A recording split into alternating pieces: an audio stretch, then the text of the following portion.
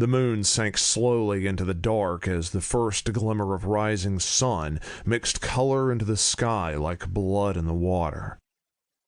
The high-pitched hum of the jet engines penetrated everywhere, even into the cockpit. A gentle reminder that 40,000 tons of machinery and 280 passengers continued to defy gravity. Captain Greg Henning was as large as Kylie Chan, the co-pilot, was small.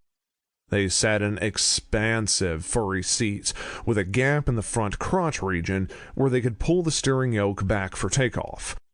They were each hemmed in by two glowing screens, banks of buttons and switches above them, between them, and on top of the screens in front.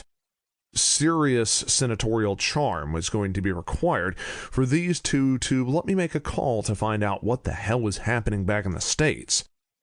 You wouldn't want to get your signals crossed up here. I opened with the sophistication of a brain-dead yokel. I caught the disappointment in their eyes as they turned, despite the effort they made to hide it. They didn't seem to appreciate their senator wearing dirty jeans and sporting a hobo beard like some bum. Great planning, Steele. The disappointment was mutual. Their eyes sparkled, way too clear. The whole infection nightmare scenario had to be some kind of mistake, but I had to know for sure. I had to be subtle about it, but I was seriously out of practice. How long have you two been infected? I blurted. Henning didn't seem surprised. 7 months, and Kylie here only for 3. We're one of the highest-ranked crews in the whole airline. For heck's sake, Kylie's taking this beast off autopilot, because she can avoid turbulence better than the computer. We're performing on turbo. A lot of co-pilots become infected just to help them make the jump to captain. Mustangs are now the employees of choice at all the larger airlines. It didn't used to be like that, Chan said, leaning back. You don't know how much of a big deal it was for us to be flying, let alone us flying together. For a while they grounded Greg, a total scare campaign like the early days of HIV, but now we're out and proud. So much prejudice, said Henning.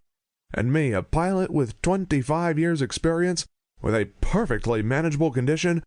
A bang sounded in the distance, but Henning ignored it. That bill will mean that my children don't have to worry about hate crimes. How would you feel if your sister... My hand shot out and I grabbed Henning by the ear. And how the hell do you know anything about my sister? Henning jacked his head back fast and reached for my hand, but I held on. His leg pushed against the yoke, and the Dreamliner lurched downward. Senator! Senator Steele! Chin yelled as she pulled back on the yoke, stabilizing the plane. Let him go if you don't want us to crash! The embassy staff told us about your sister, shouted Henning. There's no message. I'm sorry. We needed to plead our case. For a moment, the scene froze. Chan had put the plane on automatic pilot, ready to launch herself at me. I let go of Henning's ear and stepped back, breathing heavily. Okay. I only just found out. Henning turned around, nursing his ear. You don't know what it's like. People have been poisoned. They've been hate crimes, crazy stuff. None of us want our family to be at risk. He screamed as something bulged under his shirt and started moving. What the heck is that? I said, jumping back. Henning clutched Chan's hand, his face set in pain as his stomach settled. Tears ran down Chan's face. You don't understand, Senator. If you kill the worm, you kill the host. You've got to support this bill. What do you mean? It didn't make any sense. Worms were small. That thing pushing his shirt up couldn't have been a worm. I felt a shiver of fear, but squashed it down.